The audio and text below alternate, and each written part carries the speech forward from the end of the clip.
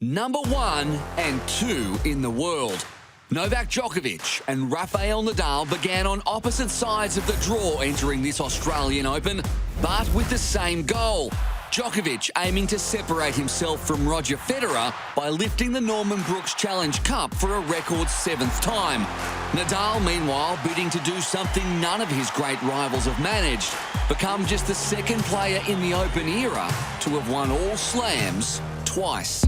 The 17-time Slam champion ended last season early to have ankle surgery and pulled out of a lead-up event in Brisbane with a thigh strain. But it didn't take long for the Spaniard to address concerns over his fitness, an opening round straight sets win over Australian James Duckworth. Perhaps the first of 7 steps for the great champion. 6-4, 6-3. Djokovic also enjoyed a straight sets win in the first round. He smashed 42 winners against American Mitchell Kruger. Hopefully I can, follow up on this victory tonight with a good performance and hopefully another good match in a few days. Nadal's first up win would book him a date with a second Australian in Matthew Ebden, and he'd show flashes of his brilliant best in another straight sets victory.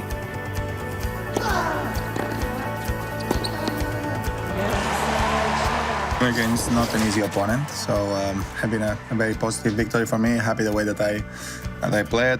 Djokovic had a trickier second-round opponent, unseeded threat Jo-Wilfried Tsonga, in a rematch of the 2008 Australian Open final.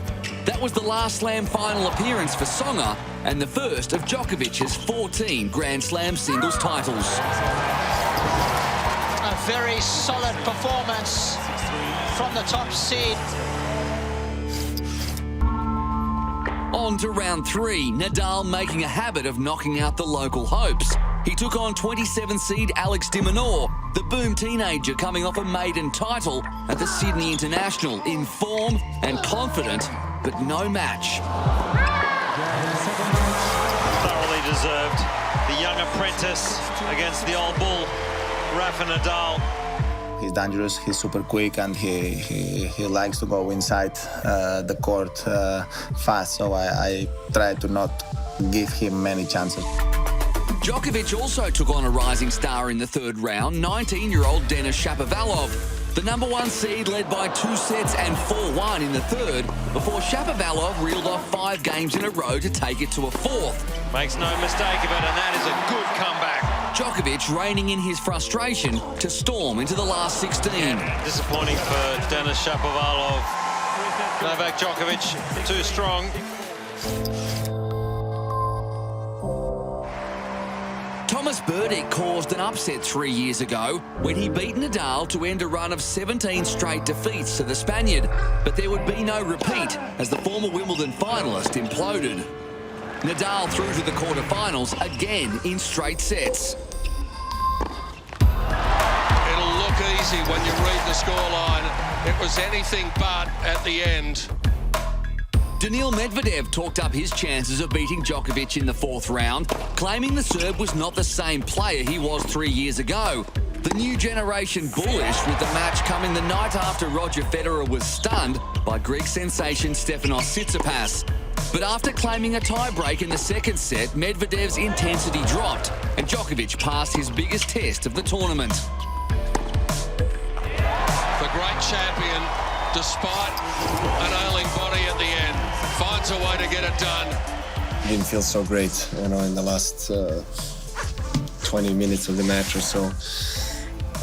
So we'll see tomorrow how the body reacts. But I'm confident I can recover and I can be ready for next one. On to the quarterfinals. American Francis Tiafoe celebrated his 21st birthday by making his first Grand Slam Final 8. 5 years ago, he was invited by Nadal to practice with him during the French Open. He was surprised then at the intensity Nadal trained at during a tournament, and he'd be surprised again. Nadal handing the young star a lesson. The last bit of rhythmic violence attached to a tennis ball tonight for Nadal. I really did a lot of things well during the whole week, and for me, it's so special to be back where I am today. Djokovic and Kei Nishikori played an epic four-set quarterfinal at Wimbledon last year, but unfortunately, as their quarterfinal progressed, it was clear Nishikori wasn't at full fitness.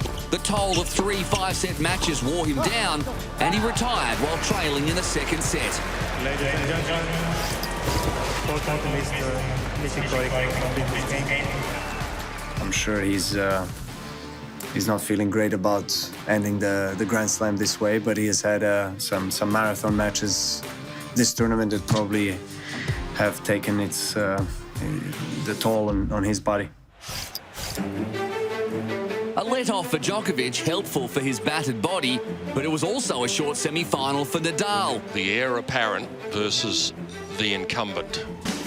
Some experts had championed Tsitsipas's fourth-round win over Federer as a sign a new generation was about to replace the old guard, but the Spaniard, well, he had other ideas.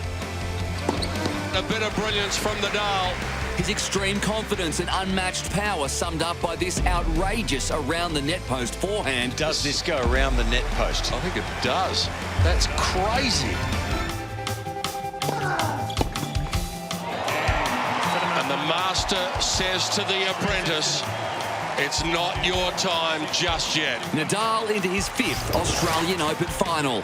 Sometimes you win, sometimes you lose, and he's young. I lost enough times to know that, and everybody needs to go through that experience. Lucas Pouille came into the Australian Open with a lower profile than his coach, who, to be fair, is Emili Mauresmo. He never won a match at the Australian Open until this year, and now a semi-final, upsetting Milos Raonic along the way. The Frenchman came up against an opponent he'd never played before in Djokovic. Quickly realising he was outmatched, the 28th seed didn't win a game in the first set. Simple strategy, well executed. It's a one-man show out there at the moment. Djokovic racing to a 7th Australian Open final. Obviously today was a perfect match for me. I executed everything that I intended to and even more. So, a 53rd meeting between Rafael Nadal and Novak Djokovic, number 2 and number 1. The Serb just edges his rival on stats, winning 27 matches to 25, including the truly epic 2012 Australian Open final.